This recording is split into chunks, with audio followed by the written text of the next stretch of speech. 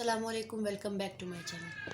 तो व्यूअर्स, आज के इस वीडियो में हम क्या पढ़ेंगे, लेक्चर नंबर 7, जिसमें हम पढ़ेंगे एवोगैड्रोस नंबर एंड मोल के बारे में कि ये कंसेप्ट क्या है, मोल क्या होता है। ठीक है, तो वीडियो को स्टार्ट करने से पहले जो चैनल में नए हैं वो चैनल को सब्सक्राइब करना ना भूलिएगा। वीडियो अच्छी लगे तो इसको लाइक एंड शेयर ज़रूर कीजिएगा। टॉपिक हमारा क्या है, एवोगैड्रोस नंबर,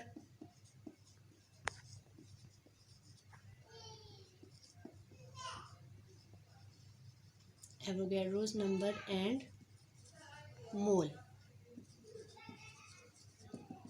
ठीक है, तो अब हर एक क्वांटिटी जो होती है, जिस भी चीज़ को हम मेजर कर रहे हो, ठीक है, तो वो उस क्वांटिटी को हम क्या करते हैं, उसके साथ एक यूनिट लगाते हैं। ठीक है, ये बताने के लिए कि हम किस चीज़ के बारे में बता रहे हैं। लेट सपोज अगर हम लेंथ की बात करते हैं कि एक प्लेस है, पॉइंट है, उस पॉइंट में इस पॉइंट से यहाँ तक कितना डिस्टेंस है। ठीक है, वो लेंथ हम अगर डिस्टेंस को हम कर रहे हो तो हम उसके साथ मीटर लगाते हैं कि इतना मीटर या इतना किलोमीटर, ये क्या है, इसके दरमियान डिस्टेंस है। तो ये मीटर और किलोमीटर हमें बेसिकली बताता है कि हम किस चीज़ की बात कर रहे हैं, डिस्टेंस की बात कर रहे हैं। ठीक है, तो इसी तरीके से अगर हम डोजन ऑफ एग की बात करें, एक दर्जन में जो है वो कितने अंडे होते हैं, 12। तो ये दर्जन जो है वो क्या बता रहा है कि हम बेसिकली किस चीज़ की बात कर रहे हैं, किस सब्सटेंस की बात करें। ठीक है, तो यूनिट्स जो है वो किसी भी क्वांटिटी के साथ लगाना मस्ट होता है ताकि हमें पता हो कि हम किस चीज़ की बात करें। जैसे कि केमिस्ट्री में हम तकरीबन सब्सटेंसेस को ही पढ़ते हैं। ठीक है, सारी चीज़ें सब्सटेंस, यानी वो सब्सटेंस एलिमेंट भी हो सकता है, वो सब्सटेंस कंपाउंड भी हो सकता है, वो सब्सटेंस जो है वो मॉलिक्यूल भी हो सकता है। ठीक है,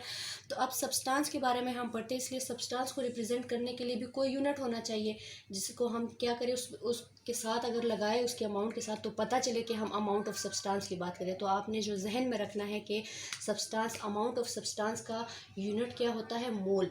मोल जो है वो क्या होता है, अमाउंट ऑफ सब्सटेंस को रिप्रेजेंट करता है। ठीक है, अमाउंट ऑफ सब्सटेंस का क्या होता है, ये यूनिट होता है। ठीक है, जिससे हम बताते हैं कि किस सब्सटेंस में कितनी मिकदार जो है वो पाई जाती है। ठीक है, तो अब अगर हम सब्सटेंस की बात करें, सब्सटेंस एलिमेंट भी हो सकता है, एलिमेंट एटम से बना होगा, मॉलिक्यूल्स भी हो सकता है। ठीक है, मॉलिक्यूल जो है वो मॉलिक्यूल से बना होगा, और फार्मूला यूनिट्स, कंपाउंड भी हो सकता है, आयनिक कंपाउंड जो कि फार्मूला यूनिट से मिलकर बना होता है। ठीक है, अब अगर हम मोल को डिफाइन करें तो मोल क्या है, इसकी डेफिनेशन क्या है कि mole is an amount of substance, mole amount of substance है, is an amount of substance that contain 6.022 into 10 की पावर 23 पार्टिकल्स। ठीक है, अब इससे पिछले लेक्चर में हमने रिप्रेजेंटेटिव पार्टिकल्स के बारे में पढ़ लिया कि सब्सटेंस के रिप्रेजेंटेटिव पार्टिकल्स एटम भी हो सकते हैं, मॉलिक्यूल भी हो सकते हैं, और फार्मूला यूनिट्स भी हो सकते हैं। डिपेंड करता है कि वो सब्सटेंस किस फॉर्म में, अगर वो एलिमेंट के फॉर्म में तो उसके रिप्रेजेंटेटिव पार्टिकल्स एटम्स होंगे, अगर वो मॉलिक्यूल की फॉर्म में तो उसका रिप्रेजेंटेटिव पार्टिकल मॉलिक्यूल होगा, अगर वो आयनिक कंपाउंड की फॉर्म में तो उसका रिप्रेजेंटेटिव पार्टिकल फार्मूला यूनिट होगा। ठीक है, अब सब्सटेंस की अमाउंट जिसमें कितने पार्टिकल्स हो, 6.022 इंटू 10 की पावर 23 पार्टिकल्स हो, तो इस अमाउंट को, इस मिकदार को क्या कहा जाएगा, 1 मोल। इसको क्या कहा जाएगा, मोल। और ये जो नंबर है, इस नंबर को कहा जाता है एवोगैड्रोस नंबर। उसको लिखते कैसे है, कैपिटल N एंड A। ठीक है, ये इसकी रिप्रेजेंटेशन है और इसकी वैल्यू क्या है, 6.022 इंटू 10 की पावर 23। ठीक है, इसका मतलब अगर मैं आपको एग्जाम्पल दूँ, 1 मोल ऑफ कार्बन एलिमेंट के फॉर्म में एग्जिस्ट करता है, तो 1 मोल ऑफ कार्बन इक्वल होगा 6.022 इंटू 10 की पावर 23 एटम्स के।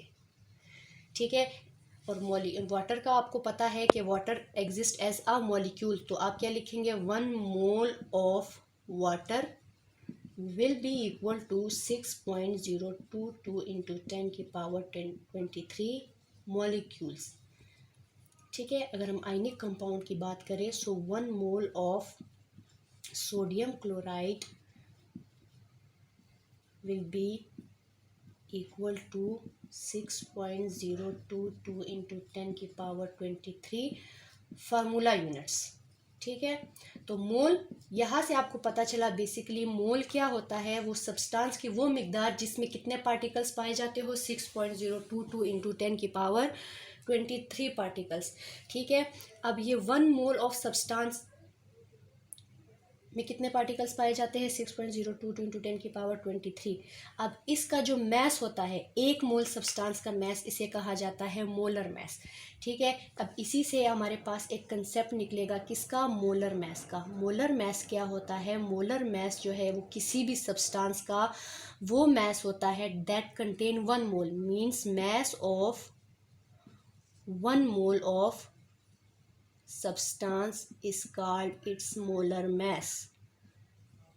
ठीक है, mass of 1 mole of substance is called its molar mass। ठीक है, अगर हम substance की बात करें, जैसे पीछे ही कंसेप्ट बता रहा है, substance जो है वो या तो एलिमेंट भी हो सकता है, मॉलिक्यूल भी हो सकता है और कंपाउंड भी हो सकता है। ठीक है, तो अगर वो एलिमेंट है तो उस सब्सटेंस का मोलर मैस उसका एटॉमिक मैस होगा, जो उसका एटॉमिक मैस है वही उसका मोलर मैस होगा। अगर वो मॉलिक्यूल है तो उसका क्या होगा? मॉलिक्यूलर मैस, जो कि मैंने आपको निकालना सिखाया था। ठीक है, अगर वो मॉलिक्यूल लेट सपोज वाटर है तो इसका मॉलिक्यूलर मैस क्या होगा? Atomic mass of hydrogen multiply by this subscript add atomic mass of oxygen, and answer आपके पास क्या आएगा? 18। ठीक है, इसके बाद आपके पास नेक्स्ट आता है क्या? कंपाउंड। अगर कंपाउंड है कोई आयनिक कंपाउंड, तो लेट सपोज NaCl है, तो इसका भी मोलर मैस कौन सा होगा? जो इसका क्या है? एटॉमिक, इन दोनों के एटॉमिक मैसेस को क्या कर दे? ऐड कर दे, जो इसका फार्मूला मैस है। तो मैंने आपको फार्मूला मैस भी निकालना सिखाया था। ठीक है, तो अब इससे आपको एक स्टेटमेंट समझ आई कि मोलर मैस जो है वो किसी भी सब्सटेंस का एटॉमिक मैस है या उसका मॉलिक्यूलर मैस है या उसका फार्मूला मैस है। ठीक है, एटॉमिक मैस कब है? अगर वो सब्सटेंस एलिमेंट है। ठीक है, मोलर मैस अगर वो सब्सटेंस मॉलिक्यूल है, और फार्मूला मैस उसका कब होगा? जब वो सब्सटेंस क्या है? कंपाउंड है, और वो कंपाउंड कौन सा कंपाउंड है? Ionic compound. ठीक है, अब यहाँ से इस सारे कंसेप्ट से हमें एक बात समझ आई कि 1 मोल ऑफ एनी सब्सटेंस क्या है? उसका मोलर मैस। तो अब एक कंसेप्ट हमें यहाँ से ये मिला कि 1 mole of any substance equal to its molar mass. ठीक है, मोलर मैस जो है वो या तो उसका एटॉमिक मैस होगा या उसका मॉलिक्यूलर मैस होगा, इसका formula mass, and that will contain 6.022 into 10⁻23 particles. These particles may be atoms, may be molecule or may be a formula unit। ठीक है, तो अब इस कंसेप्ट से हमें क्या समझ आया कि अमाउंट ऑफ सब्सटेंस को आप क्या कहते हैं? मोल, और उस अमाउंट ऑफ सब्सटेंस में 6.022 इंटू 10⁻23 पार्टिकल्स होते हैं। तो आपने इस स्टेटमेंट को याद रखना है, इससे आपके बहुत से न्यूमेरिकल्स हल होंगे। ठीक है, तो आज तक की वीडियो के लिए इतना ही। मज़ीद इंशाल्लाह नेक्स्ट वीडियो में करेंगे, तब तक के लिए अल्लाह हाफ़िज़।